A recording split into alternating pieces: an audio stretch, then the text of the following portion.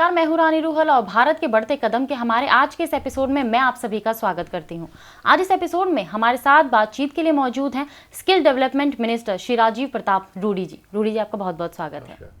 रूडी जी, मोदी जी की एक बहुत ही बड़ी और महत्वाकांक्षी जो मिनिस्ट्री उनके पास थी, वो उन्होंने आपको उसकी जिम्मेदारी दी है, स्किल डेवलपमेंट। तो कितनी चुनौतीपूर्ण है ये मिनिस्ट्री? देखिए, इस देश में स्किल डेवलपमेंट का काम पहले से भी चल रहा है, लेकिन अचानक ऐसा क्या हुआ कि देश के प्रधानमंत्री ने यह तय किया कि साहब एक अलग मंत्रालय बनना चाहिए।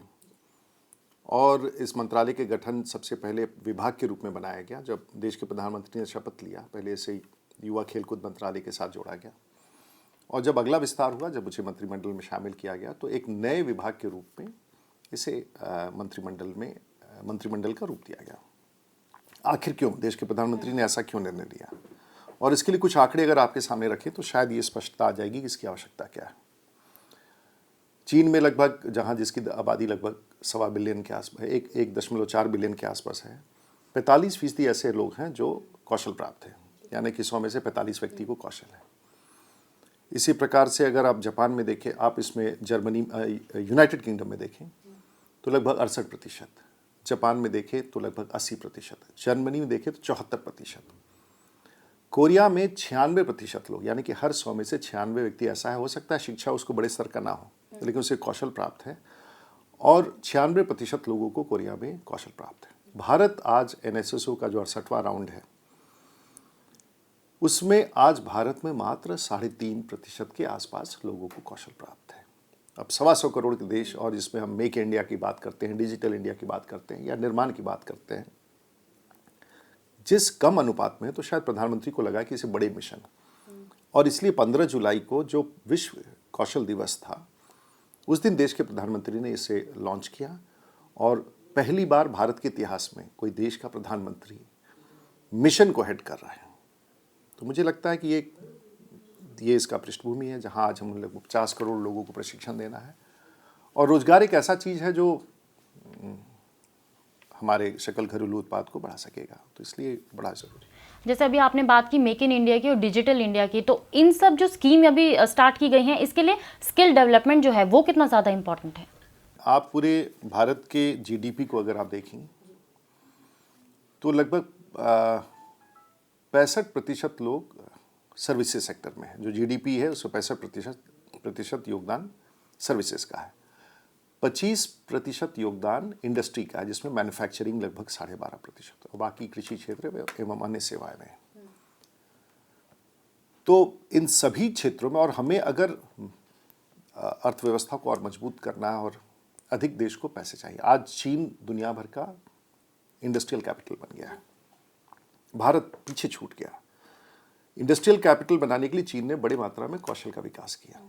आज अगर हम कैपिटल सेक्टर में, अगर कैपिटल गुड सेक्टर में हम अगर 12.5% के आसपास हैं, हमें उसे 25% तक ले जाना है। इसके लिए स्किल्ड मैन पावर की ज़रूरत है, और हमेशा इंडस्ट्री कहती है कि हमारे पास, भारत के प्रधानमंत्री श्री नरेंद्र मोदी जी का यह मानना है कि हम लोगों ने शिक्षा में बहुत लाखों करोड़ रुपया खर्च किया है, लेकिन हो सकता है 12 वर्ष की शिक्षा ज़रूरी हो, स्कूली शिक्षा 10वीं तक 12वीं तक ज़रूरी हो, लेकिन शायद वो शिक्षा पर्याप्त नहीं हो आपको रोजगार दिलाने के लिए। लेकिन 12 हफ्ते की ट्रेनिंग और 12 वर्ष की शिक्षा अगर साथ चले तो शायद आपको रोजगार मिलने में सुविधा हो। अभी मोदी जी की सरकार बने हुए लगभग 16 महीने हो चुके हैं, तो अब तक के कार्यकाल में आपके मंत्रालय का क्या योगदान रहा है? देखिए, मेरा तो सबसे नया मंत्रालय है, इसका फ्रेमवर्क बड़ा हो और अधिक से अधिक लोगों को इसका लाभ हो सके, और उसमें इसलिए हम लोगों ने नेशनल स्किल्स क्वालिफिकेशन फ्रेमवर्क, जो मानक होगा देश में स्किल शिक्षण का, जॉब रोल्स, कितने प्रकार के, जो टेलीविजन कैमरा के पीछे जो नौजवान खड़ा है, आप अगर एंकर के रूप में आपने तैयारी की है, ब्यूटिशियन के रूप में लोग तैयारी करते हैं, या किस प्रकार के जॉब रोल्स है, पहले जॉब रोल्स को आइडेंटिफाई करना, नेशनल ऑक्यूपेशन स्टैंडर्ड्स बनाने, फिर उसको क्वालिफिकेशन पैक्स बनाना, और फिर उसको 4 प्रोसेस में चीज़ें, एक तो मोबिलाइज करना, जो सही ट्रेनिंग के लिए सही लोग हों उनको लेके आना, फिर उसके बाद उसको उसके योग्यता के अनुसार प्रशिक्षण देना, प्रशिक्षण देने के बाद उसका असेसमेंट करना कोई इंडिपेंडेंट बॉडी से, और एक बार जब असेसमेंट हो जाए तो उसको सर्टिफिकेट देना, और सर्टिफिकेट के बाद उसे उस रोजगार तक ले जाना, एक सिस्टम। हाँ, अब इसको करना कैसे, इसके लिए साधन कहाँ से आएगा, तो ये एक बड़ी चुनौती है जिसको देश के प्रधानमंत्री ने एक रूप दिया है। महिलाओं को स्किल डेवलपमेंट के लिए इंकरेज करना ये भी एक बहुत बड़ा टास्क है इंडिया में, तो उसके लिए आप किस तरीके से काम कर रहे हैं? देखिए, हमें तो ये सब क्षेत्र ही चुनौती वाला है, चाहे नौजवान हो, चाहे बेरोजगार हो, चाहे महिला हो, चाहे बुजुर्ग हो, चाहे जो रिकॉग्निशन ऑफ प्रायर लर्निंग कह रहे हैं, जो लोग ऑलरेडी इस क्षेत्र में काम कर रहे हैं उनको करना है। तो अब हम लोग उसको बांट करके नहीं कर रहे हैं, समुचित, चाहे फिजिकली चैलेंज लोग हों, डिसेबल्ड लोग हों, जो शिक्षित हों और रोजगार के लायक ना हों, जो इंजीनियरिंग ग्रेजुएट्स हों, जो मैनेजमेंट ग्रेजुएट्स हों। आज इस देश के लगभग 17% इंजीनियरिंग ग्रेजुएट्स अनएम्प्लॉयबल हैं, यानी कि उस योग्यता नहीं है कि उनको नौकरी मिल सके। 15% management graduates are unemployable. They are school dropouts हैं, जो बच्चे स्कूल मैट्रिक की परीक्षा नहीं दे पाते। तो ये तो अपने आप में इतनी बड़ी चुनौती है, और इस चुनौती के लिए एक ही मानक नहीं होगा हर समय। इसलिए स्कूल एजुकेशन में परिवर्तन करना है, उसको भी वोकेशनल एजुकेशन की तरफ, जैसे हम क्रेडिट फ्रेमवर्क कर रहे हैं, उस तरफ मूव करना है। तो बहुत सारे क्षेत्रों में हम लोग इस काम कर रहे हैं। ग्रामीण इलाकों तक इसको आप किस तरीके से ले जाया जा रहा है कि युवाओं इससे ज़्यादा इंकरेज हों, वो भी आएँ और ये सब सीखें? हमारी सरकार का बिल्कुल स्पष्ट नारा है, गाँव, गरीब, किसान, मजदूर, नौजवान, महिलाएं, जो पूरे आदिवासी क्षेत्र में बसने वाले बहनें हैं। तो इसका हमारा फोकस ही बिल्कुल रूरल है। तो ऐसा नहीं है कि हम अर्बन क्षेत्र के लोगों को, बट फिर भी अर्बन क्षेत्र के लोगों को सहूलियत है, ट्रेनिंग सेंटर्स हैं, लेकिन ग्रामीण क्षेत्र में रहने वाले लोगों को सहूलियत नहीं है।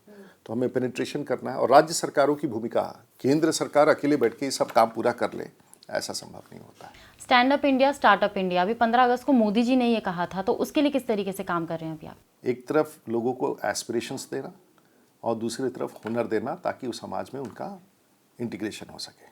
सेक्टर स्किल काउंसिल्स बने हैं आज पूरे भारतवर्ष में। सेक्टर्स के, जो चाहे ऑटोमोटिव के हो, या हेल्थ का हो, या प्लम्बिंग का हो, या फिर ऑटोमोटिव का हो, बहुत सारे सेक्टर्स हैं, 36 सेक्टर।